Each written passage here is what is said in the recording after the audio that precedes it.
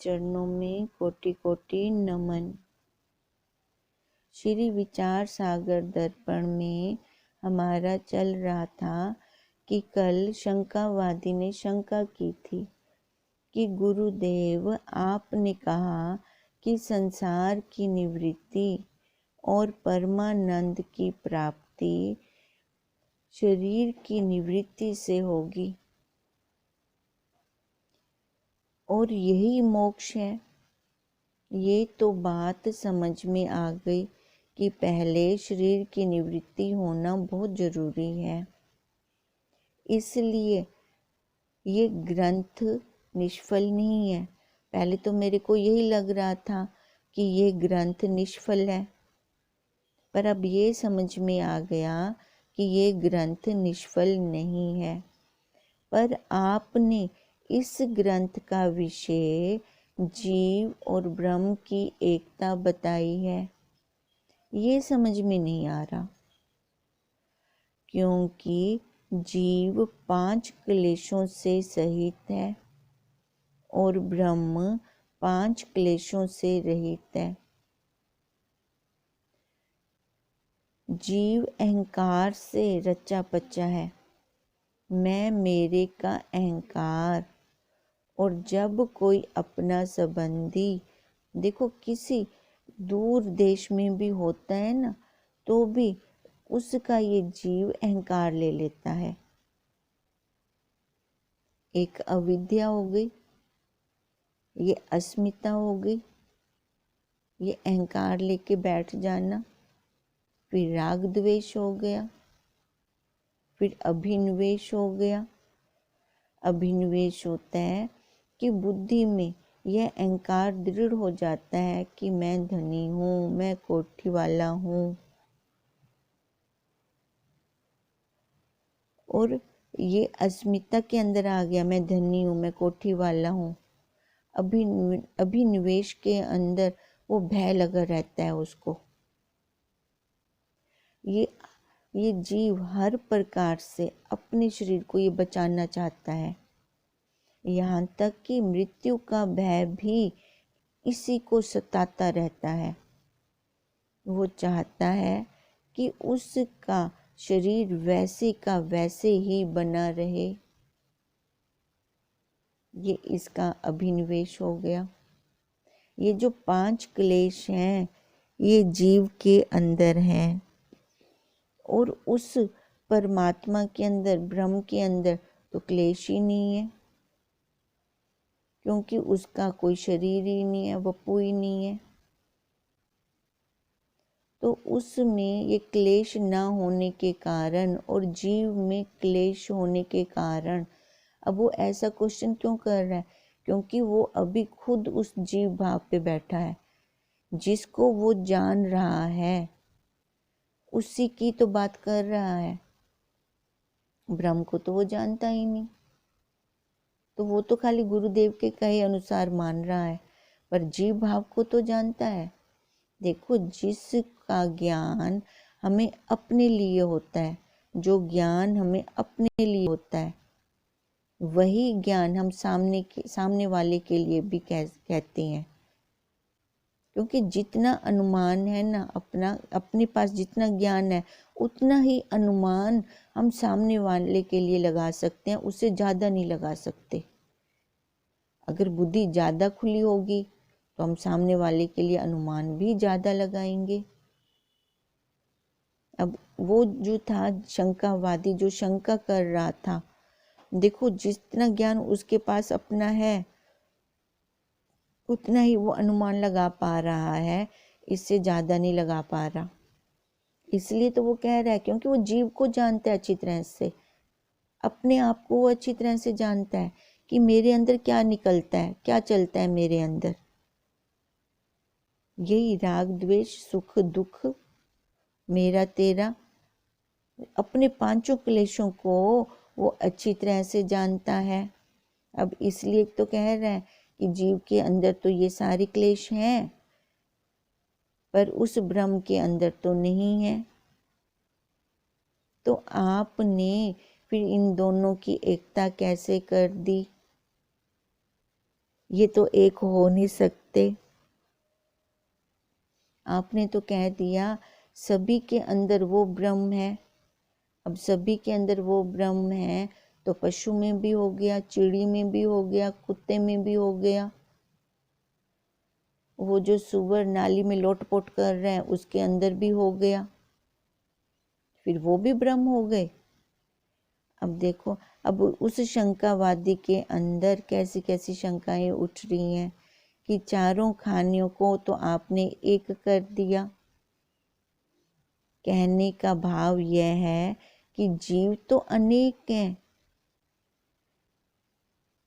अब क्योंकि वो चारों खानियों को देख रहा है और सबको अलग अलग धर्म वाला देख रहा है, पर वह ब्रह्म तो एक है। ये दोनों में एकता कैसी हो गई? वो देखो, वो कैसी देख रहा है, कैसी दृष्टि से देख रहा है, शरीर वाली दृष्टि से देख रहा है।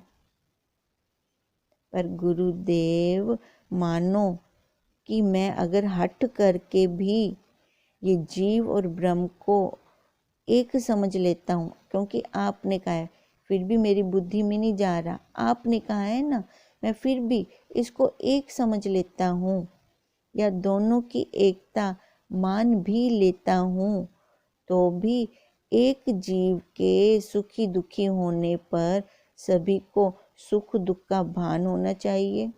अगर एक सुखी हो रहा है तो सारे सुखी हो जाएं, अगर एक दुखी हो रहा है तो सारे दुखी हो जाएं, क्योंकि सबके अंदर तो वो ब्रह्म है और सबका वही एक है, और एक के मुक्त होने पर सारे मुक्त भी होने चाहिए। अब देखो उस निपटने वाले की कैसी शंका है। अब इसका आंसर गुरुदेव देते हैं कि इस ग्रंथ के माध्यम से ये आंसर ये हम अपने लिए, हमारे लिए है। वो शंकावादी और कोई नहीं है, हम हैं। देखो, अब इस ग्रंथ से हम अपना निवारण करते जाएं, इतनी दृढ़ता हो कि इस ग्रंथ की समाप्ति पर मेरे भी सारे संशय खत्म हो जाएंगे और मैं और उस ब्रह्म में कोई भेद ही नहीं रहेगा। हम दोनों अभेद हो जाएंगे, एक हो जाएंगे। हम तो पहले ही वही ब्रह्म है, पर जिस भाव से हम श्रवण करते हैं वही भाव हमारा फलीभूत होता है, वही भाव हमारा आगे सफल होता है।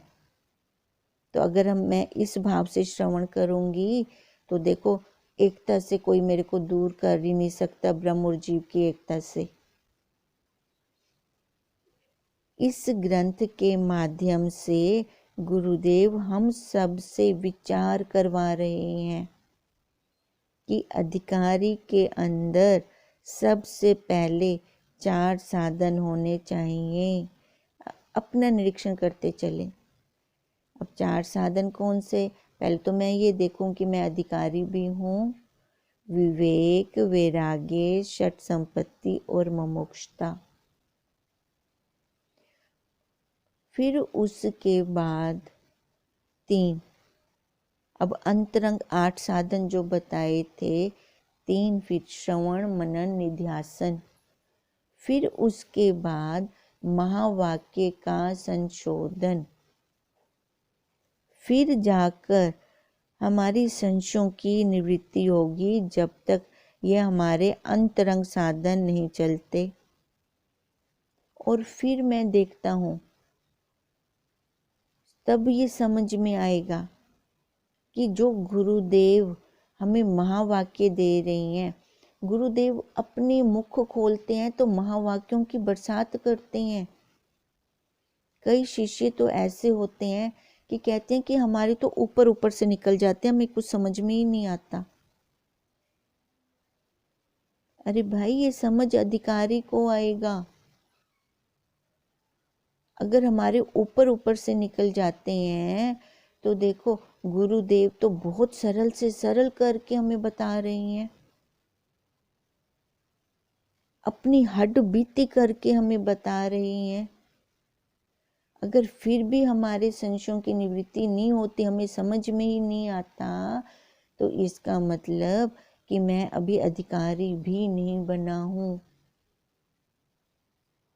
वो इतनी सरलता के साथ बताने पर भी अगर मेरे को समझ नहीं आती, तो देखो फिर हम अपने अंदर टटोलें कहाँ कमी है, कि श्रवण मेरा सही से नहीं हो रहा, कि मनन सही से नहीं हो रहा। श्रवण और मनन हो रहा है तो मैं निध्यासन नहीं कर रहा, कहीं ना कहीं तो रुकावट है। ये रुकावट हमें खुद को निकालनी है, क्योंकि ये अब हमारी अपनी खुद के साथ ईमानदारी वाली क्लास है।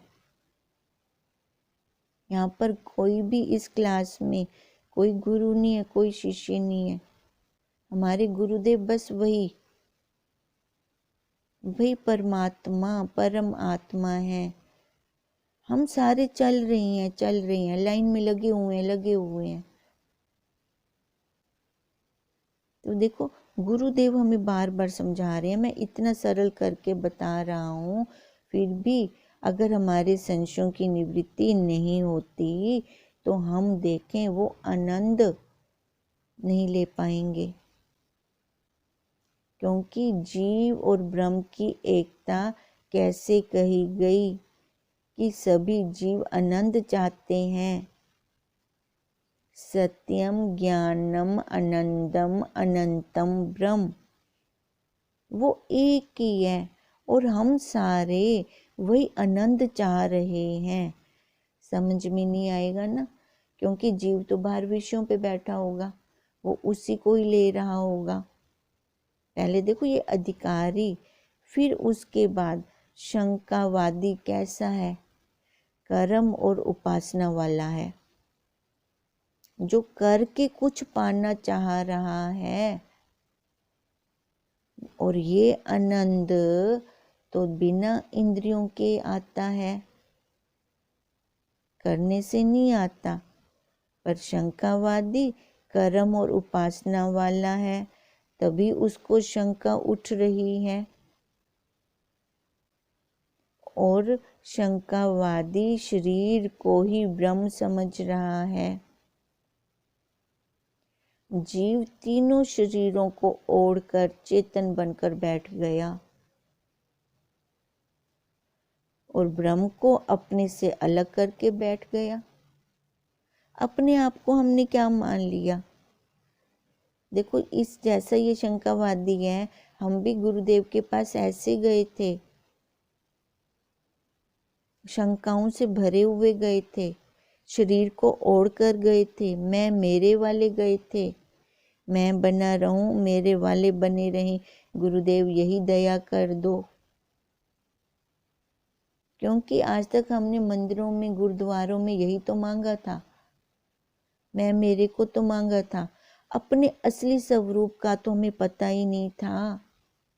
वो तो इस क्लास में बैठ के हमें ज्ञान हुआ कि जब गुरुदेव ने बोला अरे तू तो देह है ही नहीं, अरे तू देह कहनी है, तू देह कहनी है। पहले पहले ये बात बहुत अटपटी सी लगती थी, समझ में नहीं आती थी। हाथ दिख रहा है, पैर दिख रहे हैं, शरीर दिख रहा है, ये पूरे पार्ट्स ऑफ बॉडी दिख रहा है, तो मैं शरीर कैसे नहीं हूँ? ये बात समझ में ही नहीं आती थी। अपनी राग था, अपनी डफली थी, वैसे ही हम चल रहे थे, भले गुरुदेव हमें सामने से बता रहे थे, क्योंकि तब तक बुद्धि नहीं खुली थी ना। अपने पास जितना ज्ञान था उतना ही मैं अनुमान लगा रही थी, उससे ज़्यादा नहीं लगा रही थी। अब इसलिए तो ऐसी शंकाएं उठती हैं, क्योंकि हमने तीनों शरीरों को ओढ़ रखा था और तीनों शरीरों वाले हम चेतन बन बैठे थे। अंतःकरण में फूटने उठने के कारण ये अपने को जीव समझ बैठा, अपने आप को जीव समझ बैठे। और माया का पुर्जा मन तो ब्रह्म जी ने लगाया। विष्णु जी की सृष्टि कामयाब नहीं हुई, क्योंकि वहाँ पर मन रूपी पुर्जा ही नहीं था। जब उन्होंने सृष्टि बनाई तो कहानी भी थी। इसकी एक कहानी है कि नारद जी को भेजा था कि सृष्टि देखकर आए कि ये सृष्टि कैसी है। तो नारद जी गए, किसी के घर चले गए, उनका बच्चा सो रहा था। अब वहाँ जाकर नारद जी ने अलख जगाया तो वहाँ से एक स्त्री बाहर निकली। उन्होंने नारद जी का आदर मान किया, सत्कार किया, उनको खाना भी खिला दिया। अब नारद जी जब वापस आ जाने लगे तो उन्होंने क्या किया, बच्चे को जो सो रहा था उसको लात मार दी। अब उस बच्चा रोने लगा। फिर माता आई, माता ने बच्चे को चुप करवाया और चुपचाप बच्चे को गोदी में उठाकर ले गई और चुपचाप उसको फिर से उसको सुला दिया। तो नारद जी गए विष्णु जी के पास। तो विष्णु जी ने पूछा कि कैसी लगी सृष्टि। अब नारद जी कहने लगे आनंद नहीं आया। फिर ब्रह्मा जी आए, उन्होंने कहा कि ये ले एक पुर्जा, ये लगा दे। अब ब्रह्मा जी ने क्या दिया, मन रूपी पुर्जा दिया। फिर तेरे को अब आनंद आएगा। तो अब नारद जी ने देखा, अब क्या देखा, वो पुर्जा लगा दिया। अब विष्णु जी की सृष्टि में तो विस्तार था ही नहीं। अब यही नारद जी ने देखा, विष्णु जी की सृष्टि में विस्तार नहीं है, बस चुपचाप है, वहाँ शांति ही है। एको अहम बहु संयम, वही एक मैं हूँ और वही सब में है। तभी तो वो माता कुछ नहीं बोली, चुपचाप बच्चे को ले गई अंदर। उसके मन में कोई फुरना ही नहीं उठा। अब जैसे ही ब्रह्मा जी ने ये वाला पुर्जा दिया और वो लगा दिया, अब ब्रह्मा जी का मन, और ये मन कैसा है, ये उल्टा है। मन को हम शीशा बोलते हैं ना, और यह शीशा है। शीशा सदा उल्टा दिखाता है। अब उल्टा कैसे दिखाता है, देखो हम जो ये चीर निकालते हैं, राइट साइड निकालते हैं तो शीशे में, दर्पण में हमें लेफ्ट साइड निकली दिखेगी, और जो राइट वाली होती है वो लेफ्ट लगती है और लेफ्ट वाली राइट दिखती है। ये हमें हमेशा ही उल्टा दिखाता है। अब ब्रह्मा जी का दिया हुआ वो पुर्जा, मन रूपी पुर्जा लगा दिया। अब नारद जी को कहा अब जाकर देखाओ कि सृष्टि फिर कैसी है। अब नारद जी फिर उसी घर में गए, फिर वहाँ पर उनका वैसे ही आदर मान हुआ, खाना खाया। अब वापस आते आते फिर से नारद जी ने बच्चे को लात मार दी। अब बच्चा पहले भी रो रहा था, अब बच्चा फिर से जोर जोर से रोया। उसकी आवाज़ सुनकर माता अंदर से बाहर आई, और फिर देखो अब वो माता जोर जोर से बोलने लगी कि संत ऐसे होते हैं। खाना भी खिलाया, मान आदर भी किया, फिर भी जाते जाते बच्चे को लात मार दी। उसका इतना कहना था कि स्त्री के कर्म बन गए। अब नारद जी ने कहा अब सृष्टि चलेगी, क्योंकि सृष्टि का पसारा कर्मों की लड़ी से तो होता आ रहा है। पहले देखो माता वही, पहले भी वही माता थी कि बच्चे को लात मारी थी, नारद जी ने पहले भी मारी थी। पर उस टाइम क्या हुआ था, वो चुपचाप अंदर चली गई थी और बच्चे को चुप करा के फिर सो गई। उसके मन में कोई फुरना ही नहीं आया, क्योंकि उसका मन ही नहीं था। अब ये मन, ब्रह्मा जी ने ये पुर्जा दिया नारद जी को, क्योंकि तब नारद जी को आनंद नहीं आ रहा था।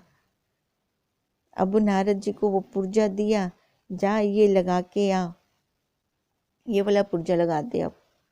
अब जैसे ही वो वाला पुर्जा लगाया, देखो अंतःकरण ब्रह्मा जी ने दिया ना, क्योंकि वो खेलने की इच्छा कर रहे थे। पहले तो विष्णु जी की सृष्टि एकदम शांत स्वरूप थी, अब खेलेंगे कैसे, कोई दूसरा आएगा तभी तो खेलेंगे। अब जैसे ही वो अंतःकरण लगाया, अंतःकरण के लगते ही उसके अंदर एक पुर्जा ये मन वाला लग गया।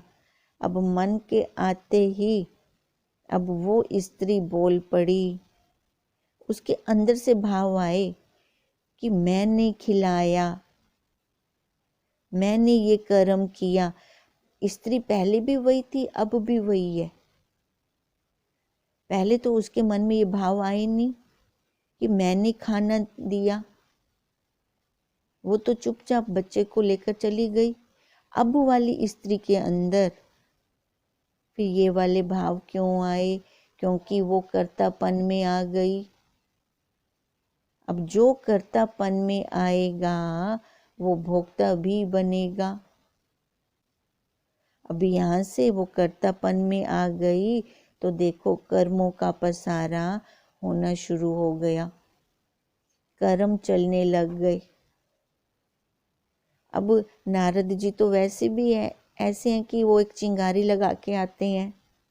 अब नारद जी को मजा आने लगा कि अब सृष्टि चलेगी, क्योंकि सृष्टि का पसारा भी कैसे होता है, कर्मों से होता है। कर्म बनेंगे तभी तो भोगेंगे। पहले वाली स्त्री ने कोई कर्म नहीं बनाया। जब हम कर्म भोग रहे होते हैं तो उन कर्मों में हम भी अपना बहुत कुछ कर्म साथ में जोड़ देते हैं। अब देखो जब तक वो स्त्री चुपचाप, वो भी तो कर्म कर रही है ना, उसने साथ में कुछ नहीं जोड़ा पहली वाली स्त्री ने, अब दूसरी वाली स्त्री ने साथ में जोड़ दिया। नहीं तो वो शांति से भी तो भोग सकती थी जैसे पहली स्त्री ने भोगा। अब ये मन रूपी पुर्जा नहीं बैठने देता, ये बहुत खराब है। अब इस मन रूपी पुर्जे को हमने दबाना है, दबाना भी नहीं कहना, हट से नहीं दबाना। अब वो सादा क्या कह रहा था, हट से चलो मानो, मैंने मान लिया कि जीव और ब्रह्म की एकता है, फिर भी उसके बाद तो मेरे अंदर ये शंका भी आ रही है। अब देखो हमने हट से नहीं मानना, हमने ज्ञान से मानना है। अब जैसे मैं ज्ञान से लूँगी तभी तो मेरे को समझ में आएगा, विचार से। ज्ञान क्या है, विचार है। अब विचार करने की जीव जीव कैसे बना, ब्रह्म ब्रह्म कैसे बना। नहीं तो ये क्या था, ब्रह्म रूपी तो था, कहाँ से वो कहाँ पहुंच गया, अर्श से फर्श पे आ गया। तो इसलिए इसको विचार की क्लास कहते हैं, क्योंकि जो हम कर्म भोग रहे होते हैं ना, खाली भोगते नहीं है, उसको देखते नहीं है। खाली देखने वाले बन जाएं तब तक तो सही है, पर उसको हम भोगना शुरू कर देते हैं। मेरे को कहा, मैंने सुना, मैंने खाया, मेरे को भूख लगी है। अब ये सारे क्या है, ये इस शरीर के धर्म है। भूख प्यास प्राणों की, सुख दुख मन का, और ये सारा कुछ हम वही भोग तो इसका हो रहा है। हम वो ना देखकर हम ये सारे धर्म शरीर के हम अपने में ओढ़ लेते हैं, अपने में हम लेते जाते हैं। तो हम क्या कर्मों में जुड़ते जाते हैं। संचित कर्म तो खत्म नहीं हो रहे, अपना हमने कितना कुछ और साथ में जोड़ दिया।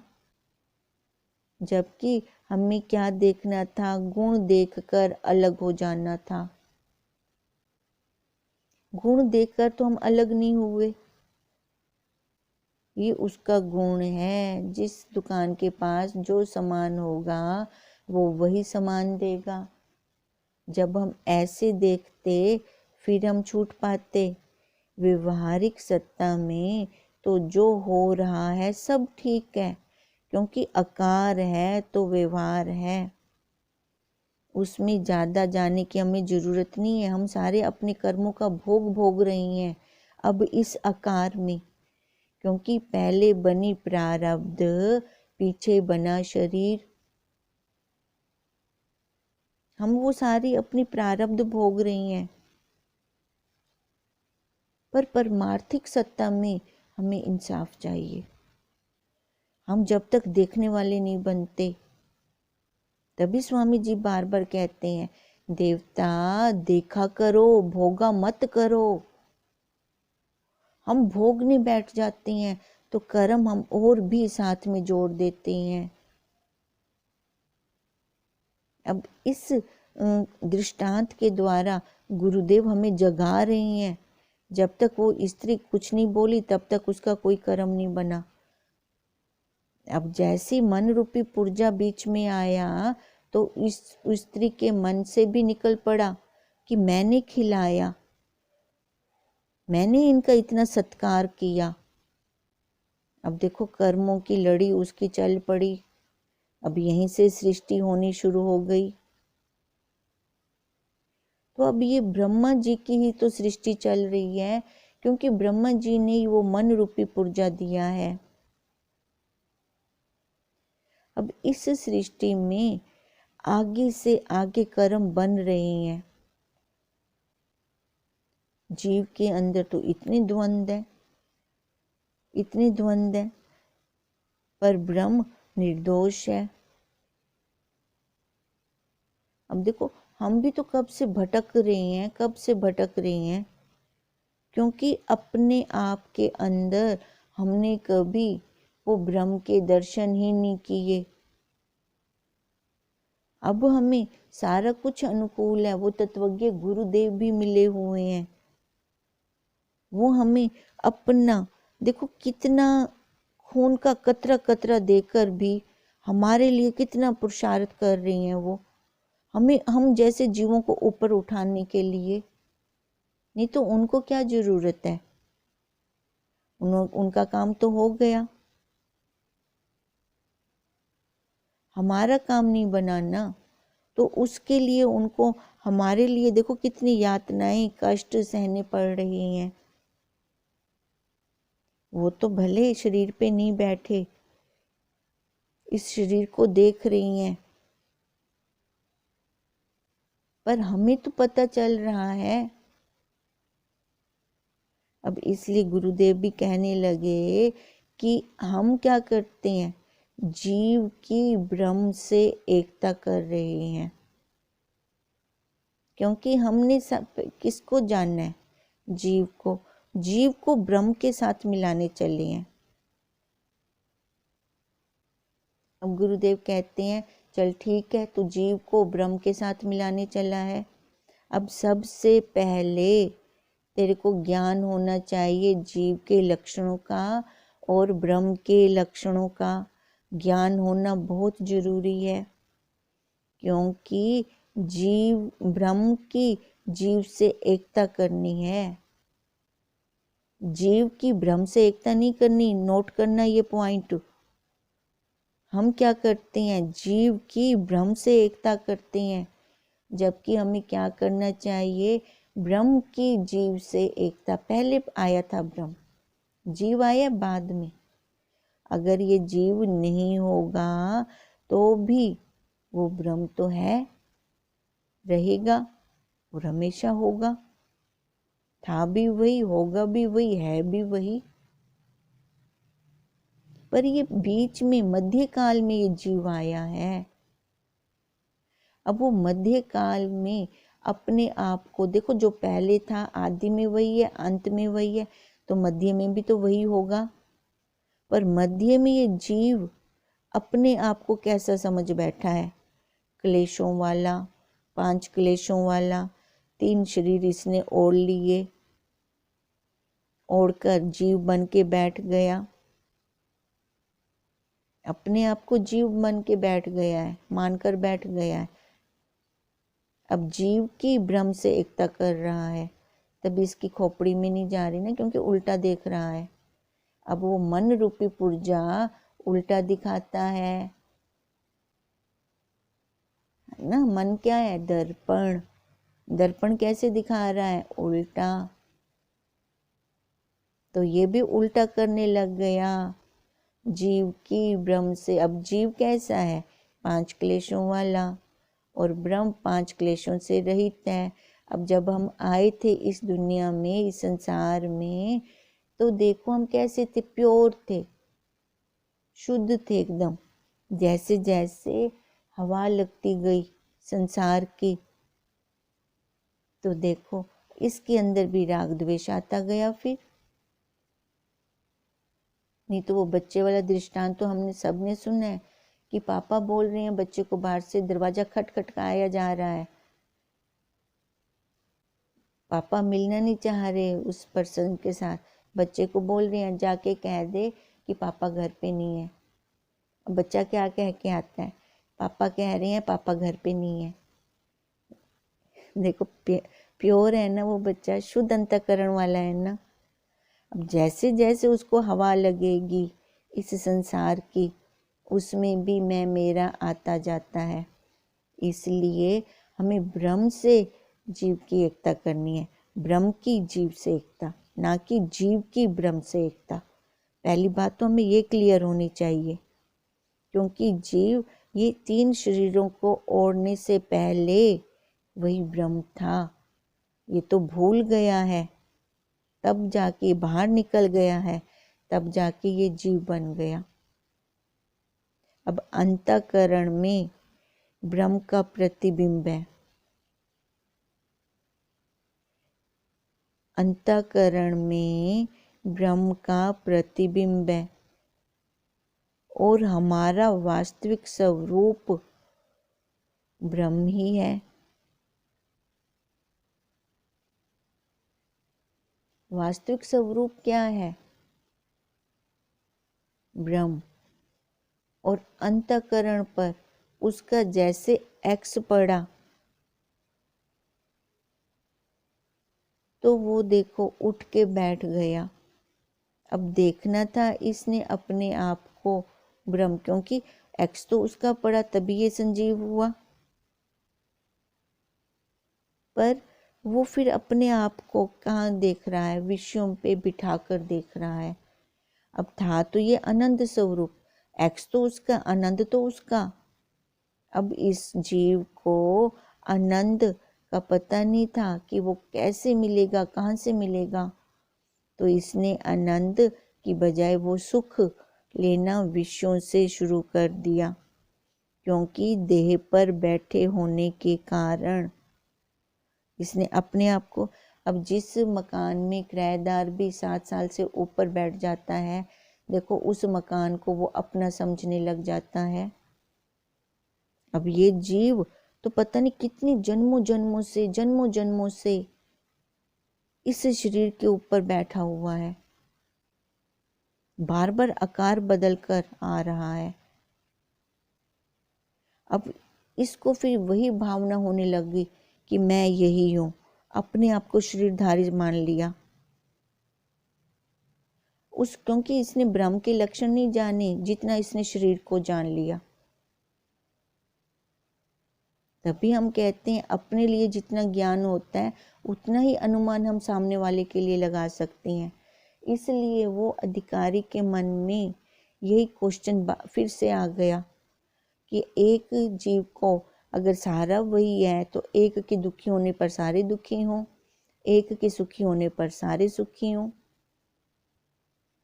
पर ये तो कोई तत्वज्ञ गुरुदेव मिले तो उन्होंने दिखाया कि तू तीनों शरीरों से न्यारा है। इस शरीर के भाग का त्याग कर उस सत्ता का उस साक्षी से मिलान करेगा तो दोनों एक हैं। अब इस शरीर के भाग का त्याग कर अब किसका त्याग करे? तीनों शरीरों का जो उसने ओढ़ लिया है, फिर जाके वो देख सकता है। जब त्याग करेगा फिर उस साक्षी का मिलान करेगा। अब इसको नेति नेति करते करते उतार दें तो क्या बच जाएगा? केवल एक वही साक्षी। फिर उस साक्षी का उस ब्रह्म से जब मिलान करेगा फिर ये देख पाएगा कि ये दोनों एक हैं। समय भी हो गया, इसको कर लेते हैं हम आगे। फिर कल हमारा होमवर्क भी चल रहा था कि हमने देखना है, अपने आप को देखना है कि मैं कहाँ पे बैठ रही हूँ अभी। आप सबने भी देखा होगा। अब जैसे इस शंकावादी ने आज क्वेश्चन किया है, अब उसको हमें पता चल रहा है कि वो कहाँ पे बैठ के क्वेश्चन कर रहा है। कोई भी अगर हमें दुख सुख लगता है ना, तो हमें पता चले कि मैं कहाँ बैठी हूँ। एक सबसे पहले अपने ऊपर ये मेहरबानी करें कि अपनी पकड़ को छोड़ दें। ना भूत में जाए, ना भविष्य में जाए, वर्तमान में आए। भूत भविष्य को लेकर हम दुखी सुखी हो रही हैं, वर्तमान नहीं दुखी सुखी कर रहा किसी को भी। अब सबसे बड़ी कृपा कर और पा हमें खुद पे करनी है। ओम तम नमामि हरिं परम। ओम तम नमामि हरिं परम। ओम तम नमामि हरिं परम। ब्रह्म स्वरूप गुरुदेव के चरणों में कोटि कोटि नमन।